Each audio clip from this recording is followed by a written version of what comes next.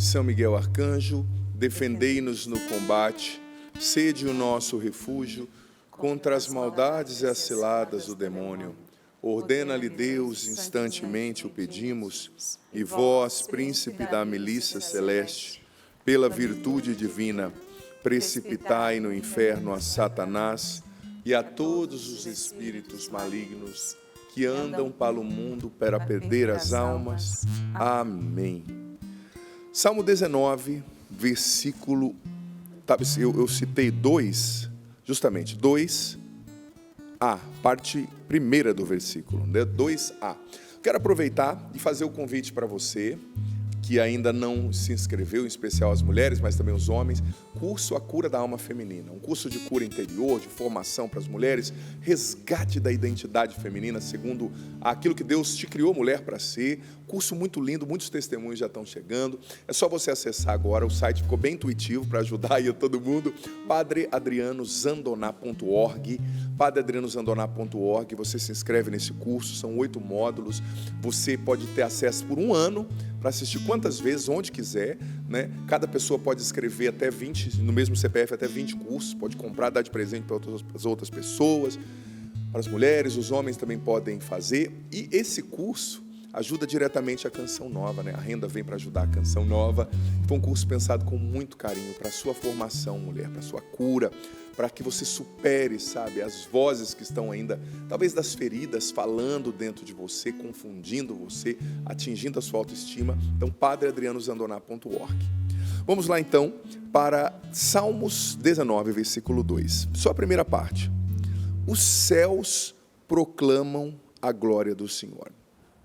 Vocês podem repetir isso depois de mim, meus irmãos e minhas irmãs, por gentileza?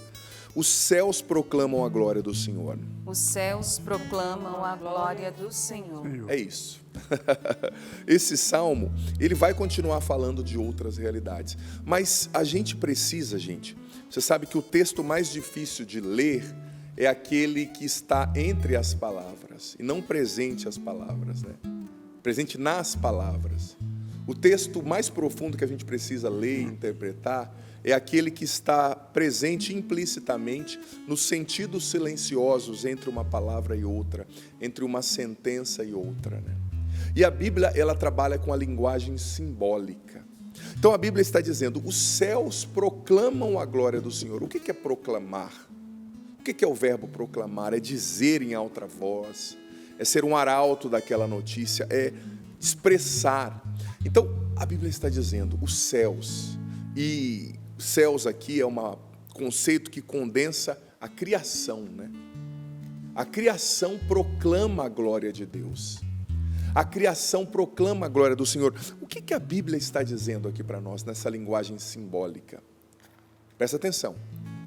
A Bíblia usa muito a linguagem simbólica, porque existem 3 níveis da construção do conhecimento, se você parar para perceber.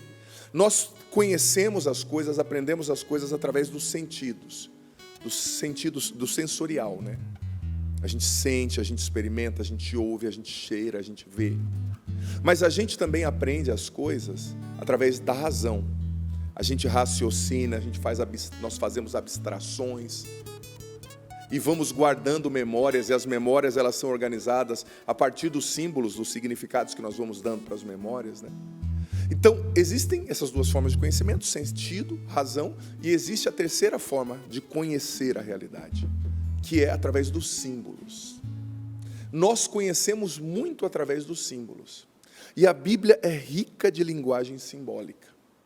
Jesus usou parábolas, Jesus usou metáforas. Por quê? Porque o símbolo vem do grego simbalon, né? Quer dizer, aquilo que une partes diferentes. O símbolo, ele é uma linguagem visível para expressar uma realidade invisível. Ele une o material e o espiritual. Porque Jesus, quando ele queria expressar coisas assim mais espirituais, mais complexas, ele usou símbolos. Por exemplo, ele usou a palavra semente para representar a palavra de Deus, né? A palavra do semeador. Ele usou a metáfora da terra para representar o coração humano. Todo mundo entendia. Se ele fosse explicar o que é o coração, a sede do ser, a alma, onde se abstrai, ia ser difícil, mas ele falou, olha, a terra é como o seu coração, que você recebe a semente ou não. Jesus usou a metáfora da luz para dizer da verdade. Jesus usou a metáfora do fermento para dizer da ação silenciosa de Deus, porque essas realidades elas carregavam um mistério invisível dentro delas, né? O mistério invisível. Jesus não explicava tudo. Porque o problema de nós ocidentais modernos é que nós empobrecemos muito a revelação, porque nós queremos explicação racional para tudo. E tem coisas de Deus que você não entende, você experimenta. Você faz uma experiência, você mergulha no símbolo. Porque, como eu disse, o conhecimento é assim. Você tem uma memória e o seu cérebro atribui um símbolo, um significado àquela memória, né? E assim a memória é armazenada na sua mente. Então, você, para entender Deus, é importante racionalmente você entender, óbvio, mas você tem que ter uma experiência com Deus que vai dar um sentido àquela sua memória e vai armazenar aquilo dentro de você, né?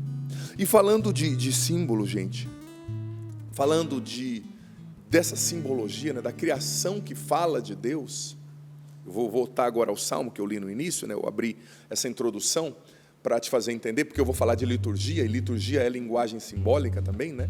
A liturgia não é uma aula, a liturgia é uma experiência com mistério, com M maiúsculo, né? Na liturgia você não tem uma aula, você experimenta, né, Deus.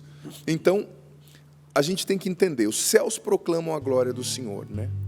A criação é uma linguagem simbólica que revela a beleza do Criador.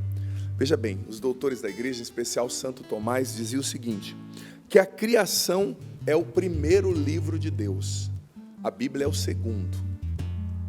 Olha que profundo. Ou seja, o que isso quer dizer? Que tudo que Deus criou fala.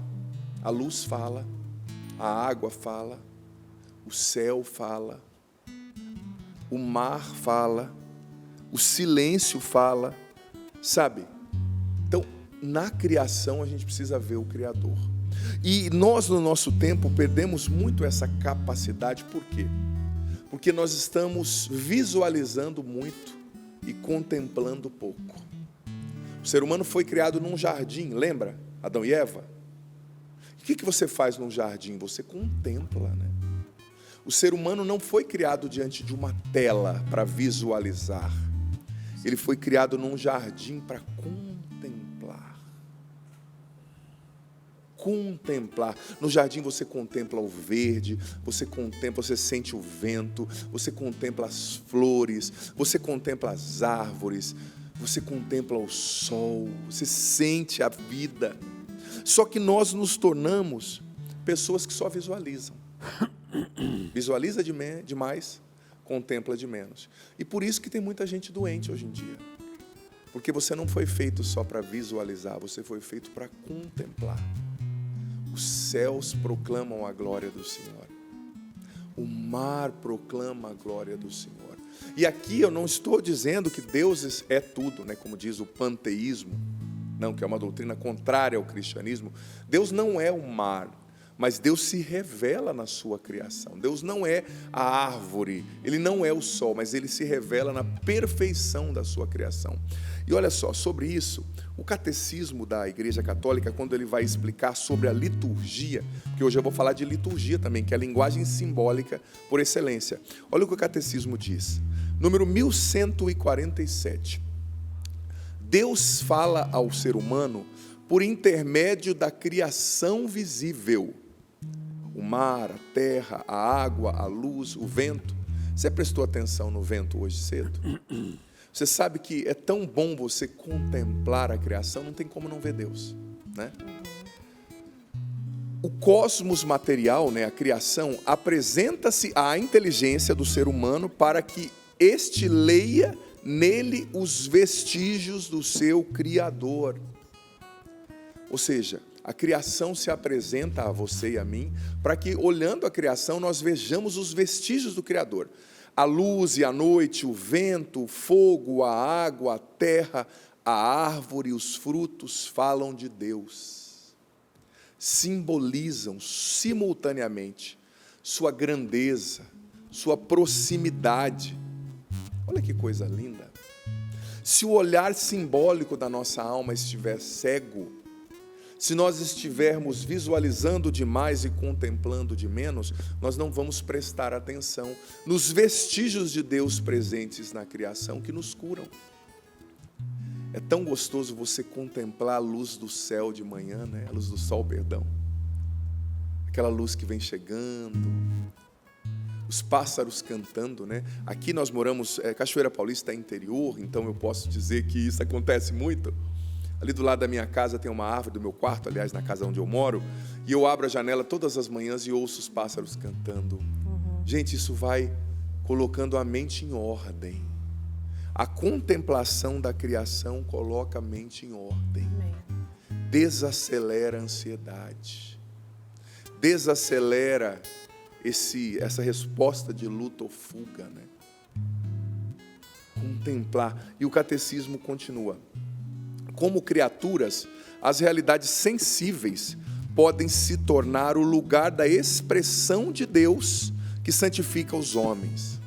Somos criaturas, então a realidade sensível, a criação, a árvore, o pássaro, o vento, pode se tornar lugar da expressão de Deus que santifica os homens e da ação dos homens que prestam culto a Deus. Acontece o mesmo com os sinais e os símbolos da vida social dos homens.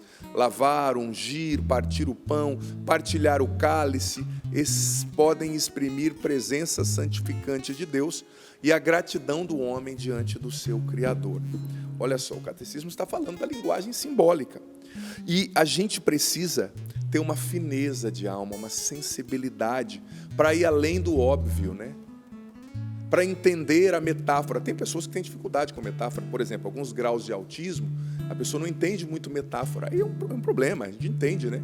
Uma situação que vem junto no pacote. Mas, em geral, nós somos convidados por Deus a entender a linguagem da metáfora, a linguagem do símbolo, a linguagem, sabe, presente na criatura, na criação. Por quê? Porque é uma linguagem por excelência na qual Deus se revela, com a qual Deus se revela. A liturgia, por exemplo, gente, ela é uma linguagem simbólica. E o símbolo não é um enfeite. Ele é uma ponte entre o visível e o invisível, né? Por exemplo, como que acontece o sacramento do batismo? Um sinal visível que é quem está acompanhando pela rádio, o padre diz, o padre está com um copo de água na mão. É a água. A água é simplesmente um elemento, um H2O? Não. A água na Bíblia é sinônimo de purificação, de novo nascimento, é a matéria do batismo, né? A água, ela representa no batismo, na liturgia do batismo, um sinal visível, sensível, que eu toco, estou tocando aqui na água, a água é minha mesmo, vou tocar. É um sinal sensível de algo invisível que está acontecendo na minha alma. Quando o padre joga a água na cabeça da criança, ou do adulto, que seja, você não vê, mas dentro da alma dele está morrendo o homem velho com Cristo e nascendo o homem novo. Está acontecendo uma transformação. Sabe? Então é um sinal sensível, mas ele realiza, ele expressa muito mais. Então nós temos na Bíblia, na liturgia, a água, sinônimo de novo nascimento, o óleo, sinônimo de unção, de cura, usado no sacramento da unção dos enfermos, no sacramento da ordem, no sacramento do crisma, no sacramento do batismo. Na Bíblia nós temos a imagem do fogo, que é um símbolo do Espírito Santo. Na liturgia nós temos o Círio Pascal, a luz do Círio Pascal, que representa o Cristo ressuscitado que vence a morte, sabe?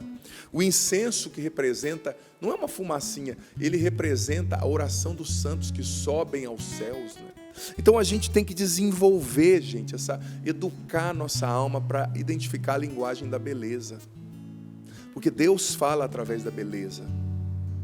E eu não estou falando aqui da beleza física somente, estou falando da beleza da arte, da beleza, por exemplo, você vai na Catedral de Notre Dame em Paris, ou em outras catedrais bonitas, né, se você pode ver na internet, você vê que os vitrais ali, a beleza daqueles vitrais, elas falam às vezes mais do que uma pregação, porque a representação das cenas bíblicas, a beleza precisa ter acesso à nossa alma, porque as vestes, as cores, os gestos, os tempos litúrgicos, tudo isso são uma linguagem simbólica que não expressa tudo com palavras, mas que nos mergulha no mistério de Deus. Por exemplo, muita gente não participa bem da missa porque não entende a linguagem simbólica da liturgia.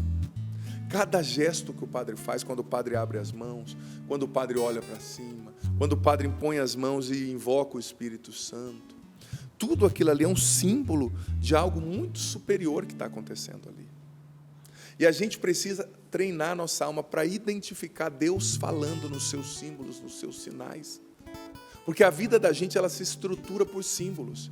Por exemplo, eu estou falando aqui com você em português. O que é uma língua, gente?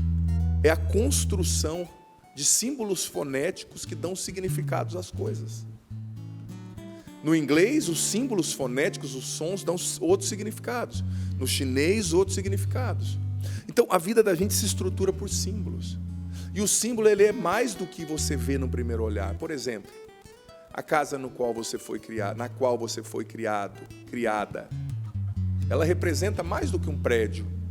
Ela representa identidade, ela representa pertencimento, ela representa muitas realidades para você, né?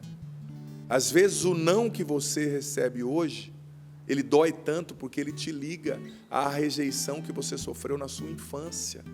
Ele te liga àquele significado daquela rejeição, aquele símbolo daquela rejeição, quando a sua mãe talvez preferia mais a sua irmã que você, seu irmão que você, ou quando na sua adolescência a sua amiga teve o namoradinho que você queria e você não teve. Então por isso que a rejeição de hoje dói tanto, porque ela se liga ao símbolo não curado da rejeição passada. Então, a vida se estrutura por símbolos. Santo Agostinho dizia que os sinais sagrados, os símbolos, agora voltando a falar da liturgia, né? Eles conduzem a alma para realidades maiores, né? São João Damasceno falava que Deus nos conduz pela matéria ao invisível, pela matéria, pela beleza, pela simbologia da vida, pela criação, né? Por isso, quando a igreja está celebrando na liturgia, né? Ela torna Deus sensivelmente comunicável. Você experimenta Deus, né? A beleza litúrgica evangeliza porque ela desperta no homem uma saudade de Deus, da verdadeira beleza que não passa, né? A criação diz, Deus existe. A Bíblia diz, Deus falou. A liturgia diz, Deus está aqui. Experimente. Experimente. Por isso que a gente não pode participar da missa de qualquer jeito. Por isso que o católico, o cristão bem formado, ele não vai na missa para prestar atenção no padre, no canto, ele vai na missa para fazer a experiência com o mistério de Deus. Por isso que nós temos que preparar as nossas igrejas e o nosso coração para celebrar bem. Me perdoe, tem paróquias nas quais a gente vai celebrar, você chega antes ali da missa, parece que é uma feira. Todo mundo conversando, todo mundo levantando, todo mundo arrumando a roupa. Não, a igreja tem que ser um lugar, claro, se tem criança, leve a criança, é importante. Mas se ela está fazendo muito barulho, sai um pouquinho com ela.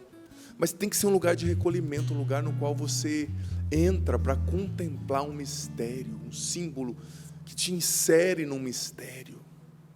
E na liturgia, na hora da oração eucarística, quando o padre está falando com Deus, por você, porque ali naquele momento, até antes do Concílio Vaticano, o padre ficava de costas para o povo, para dizer que naquele momento ele estava rezando, falando com Deus e não com o povo. Claro, a reforma litúrgica trouxe uma beleza linda também, ao mesmo tempo o padre continua falando com Deus, né? Virado ali para o povo na oração eucarística, mas é uma linguagem simbólica. Cada palavra na oração eucarística, ela tem sabor. Você tem que fechar os seus olhos, se você puder, né? Não estiver com criança pequena, experimentar, mergulhar no mistério, na beleza da liturgia, a beleza das cores litúrgicas, dos paramentos, de cada uma das velas, do cálice. Está vendo? Os símbolos que vão falando, o vinho e o pão que são frutos da terra, do trabalho humano, símbolos ali da nossa entrega, que a gente oferta no ofertório, que são transformados, transubstanciados, transformados no sangue de Jesus, no corpo de Jesus. Como a gente tem que educar a nossa alma, gente, para entender essas coisas. Por quê? Porque para entender o símbolo, a metáfora, você precisa de abertura de coração, de humildade, de silêncio interior. Jesus, você sabia que 1/3 do que Jesus falou no Evangelho foi pergunta, foi provocação para as pessoas pensarem? 1/3 do que Jesus falou no Evangelho não foi afirmação, foi pergunta, foi provocação, foi linguagem simbólica, para a gente refletir. Só que nós estamos num tempo no qual, com a inteligência artificial, e eu não estou criticando, que eu também uso, no meu mestrado eu usei bastante, foi muito aquilo que a minha faculdade permitiu, foi muito salutar, mas nós estamos num tempo no qual as pessoas simplesmente consomem pensamentos não pensados, não refletidos. A inteligência artificial está até pensando por nós. Você consome pensamentos que não são frutos da sua reflexão, eles vêm pronto. E isso é perigoso, porque Jesus, com as suas perguntas, com a sua linguagem simbólica, com as suas metáforas, ele provoca justamente isso, o pensamento, o parto das ideias, a reflexão. Porque foi assim que o filho pródigo decidiu voltar para casa. Ele caiu em si, por exemplo, lá em Lucas 15. E cair em si significa o quê? Uma reflexão. O que eu estou fazendo na minha vida? O que eu estou fazendo aqui? Por que eu gastei a minha herança? Meu pai me ama e eu estou aqui morrendo, comendo lavagens. Então, Jesus, ele quer provocar o pensamento. Por exemplo, ele não falou, eu sou necessário para a sua vida. Ele disse, eu sou o pão da vida. O que isso quer dizer? Porque pão fala com o corpo, né? O corpo sente fome. Fala com a alma busca sentido. Fala com o espírito, a gente busca a vida eterna. Então, vida. E a palavra que ele usou, vida, era representando a vida eterna, né? Zoé. Então, ele vai acessando outras áreas do nosso cérebro, da nossa mente, com as perguntas que ele faz, com os símbolos que ele usa na nossa vida. Então, a gente precisa lutar para não sermos robôs que não pensam mais, mas que mergulham no mistério de Deus, que refletem, que experimentam. Por exemplo, na sua vida, o que você está vivendo hoje, você tem que refletir. Você tem que entender a linguagem que está por trás das experiências que Deus te permite viver hoje. Você tem que fazer uma leitura simbólica também, sabe? Porque Deus fala nos acontecimentos, mas não basta ler tudo ao pé da letra. Não basta ler a Bíblia ao pé da letra. Pergunte, o que essa passagem bíblica revela sobre Deus? O que essa situação da minha vida revela sobre Deus? O que essa situação da minha vida revela sobre mim, o que essa passagem bíblica revela sobre mim, né? Sabe? E quem não entende os símbolos, não ouve Deus. Quem entende os símbolos, ouve Deus na missa, ouve Deus na criação, ouve Deus nas experiências. Deus nunca parou de falar, gente, nunca. O problema é que a gente desaprendeu a ouvir a linguagem dos símbolos, a linguagem simbólica. Deus está falando, e Ele não quer apenas ser entendido, Ele quer ser experimentado. Eu vou na missa e não entendo nada. Você está usando o sentido errado. Não é para entender somente, é para experimentar. É para fazer uma experiência com o mistério. É para fazer a experiência, é para se colocar no altar e entender que, junto com aquele pão e aquele vinho, a sua vida também está sendo transformada, transubstanciada. Cristo está formando a face dele em você, sabe? E olha, saiba que isso é profundamente humano. A gente não pensa só em dados, a gente pensa em imagens, narrativas, né? Os pensamentos são estruturados simbolicamente. Então é preciso entender o que Deus está me falando além do óbvio, né?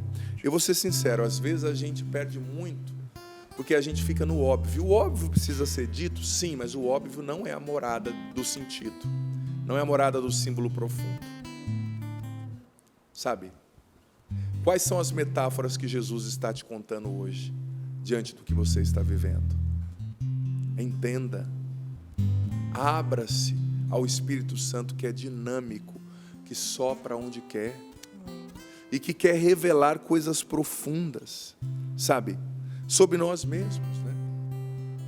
Aquilo que está na nossa mente, às vezes, que o cérebro mesmo está liberando ali, que faz a gente entender a gente mesmo, como dizia, né? Algumas linhas da psicologia, por exemplo, o Jung dizia, né? Dos arquétipos, dos heróis, que estão na nossa mente, que vêm através dos sonhos, que vêm através dos símbolos que os sonhos revelam, né? Os sonhos revelam uma linguagem simbólica do inconsciente, e tantas coisas que a nossa mente vai mostrando pouco a pouco, vai deixando vir a luz, né? E vão revelando o que está dentro de nós, o que precisa ser curado, o que precisa ser tocado por Deus, né? Porque se a gente não vai compreendendo os símbolos da nossa vida, a gente vai repetindo padrões errados, nós vamos vivendo superficialmente, nós não entendemos nossas emoções, né? A pior desgraça da vida é a pessoa que vive a vida inteira na superficialidade. Sócrates dizia que a vida que não é compreendida não vale a pena ser vivida, né? A pessoa não se entende, ela não entende por que ela reage daquele jeito, por que ela é uma esposa tão insegura, por que ele é um marido que foge tanto da responsabilidade. Tem feridas aí, tem coisas profundas que precisam ser tocadas pela graça de Deus. E é preciso se abrir, sabe? Para deixar Deus revelar o que Ele precisa revelar. Para deixar Deus fazer o que Ele precisa fazer.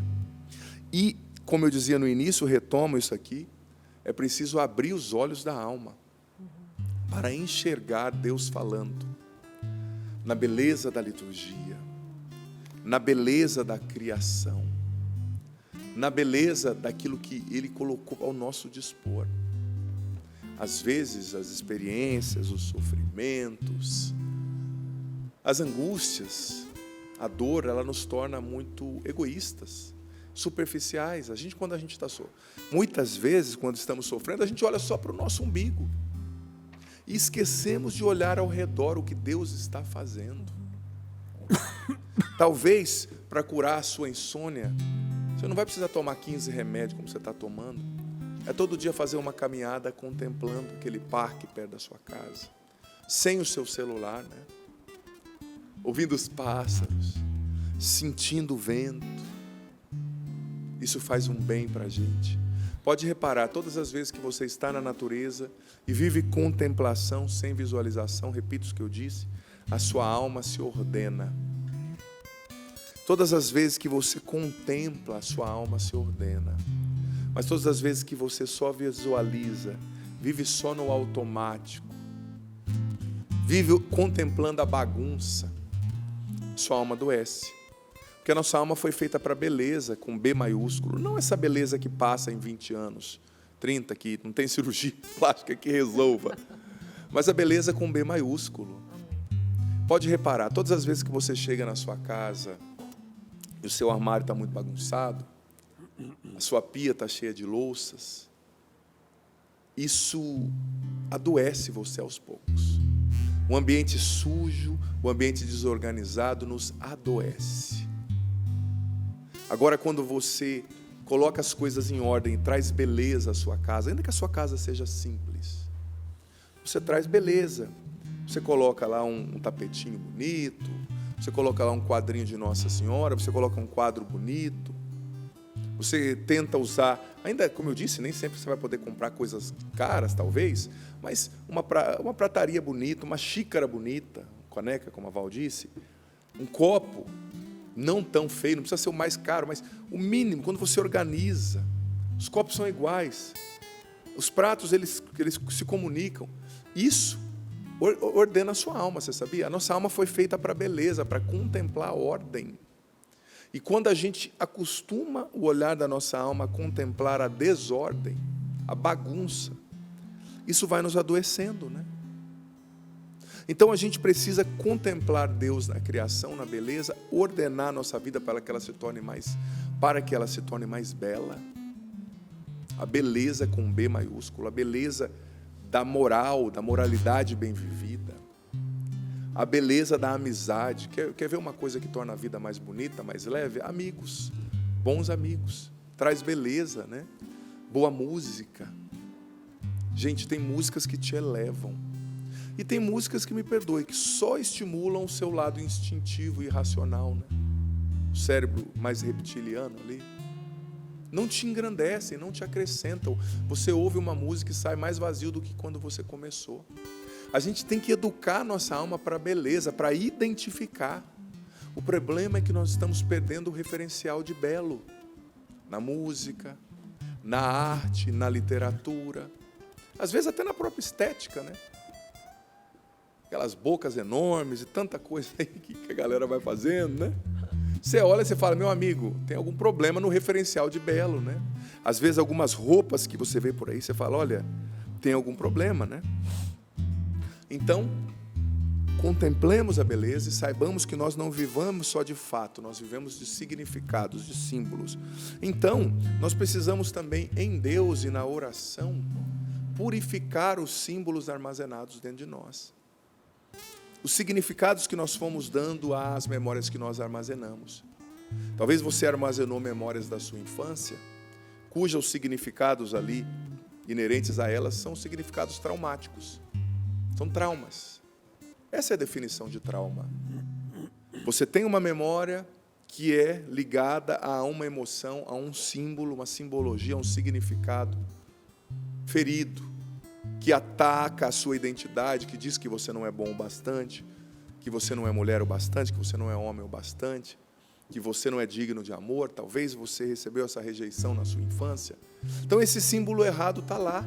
E esse é uma ferida, é um trauma. E aí quando você vai se abrindo à contemplação de Deus, na criação, óbvio, mas também na Eucaristia, na adoração, na oração pessoal, Deus vai mudando o olhar interno da sua alma, vai mudando a sua capacidade simbólica, os símbolos e significados que você atribuiu àquelas memórias antigas, feridas, são tocados por Deus e transfigurados e transformados. É como quando, na oração de cura interior, a gente faz aquela oração, né, de voltar com Jesus naquela situação traumática, né? Isso pela via da emoção, dos sentidos, da mente, né? Você volta com Jesus naquela situação e dele recebe a cura naquela situação, recebe a presença dele naquela situação, né?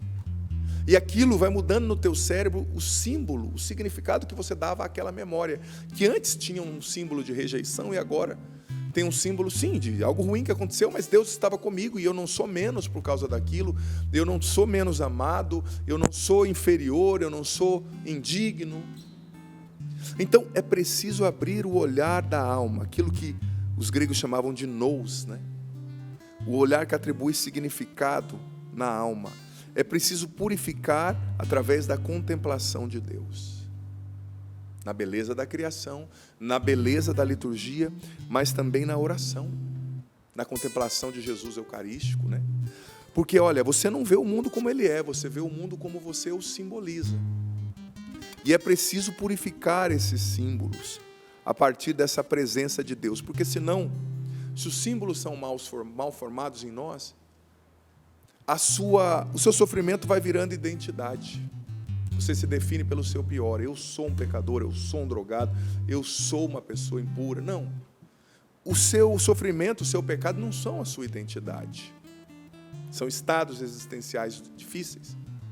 Mas a sua identidade é de filho de Deus. Se você não purifica o olhar da sua alma, o seu pecado vira normalidade, o seu vazio vira sua concepção de liberdade, né? E o seu ego vira o centro.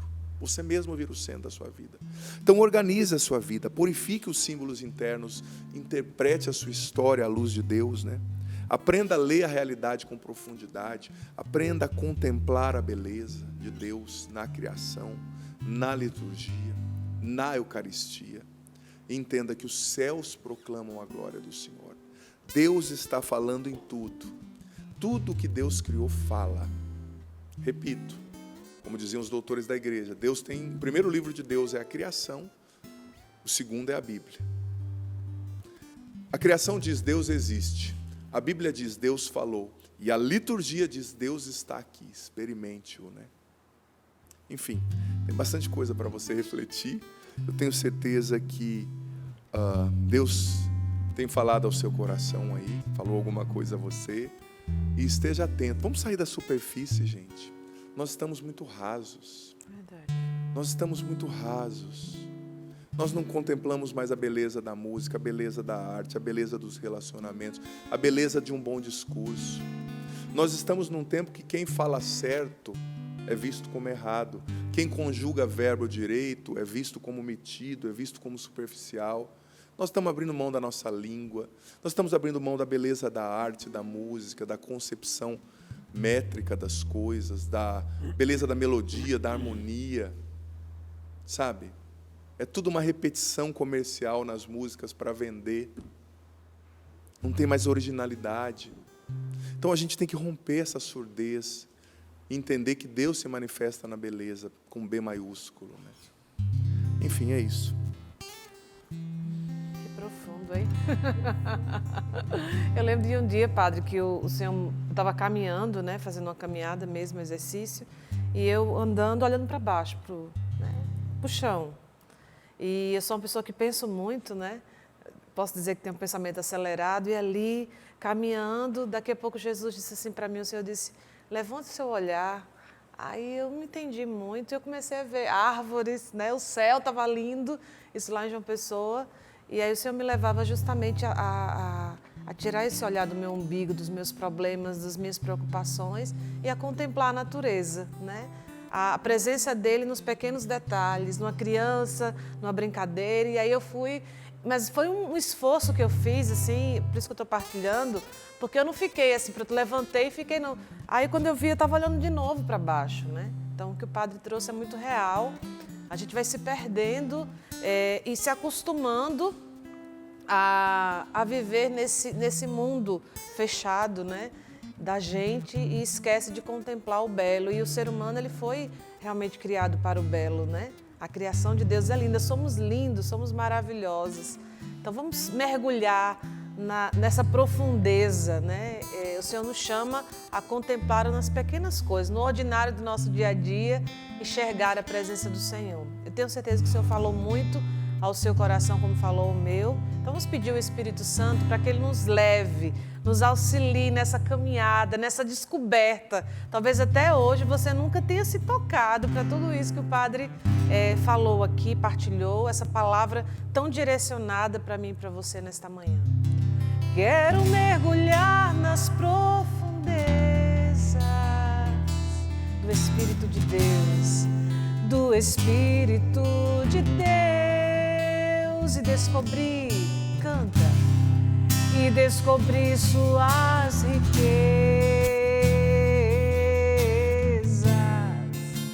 em meu coração. Quero mergulhar nas profundezas do Espírito de Deus e descobrir suas riquezas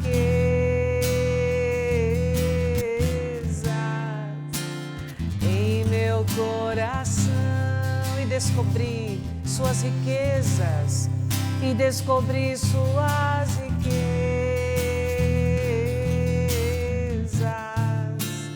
em meu coração. É tão lindo, é tão lindo, tão simples, brisa leve, tão suave, doce Espírito Santo de Deus, tão suave,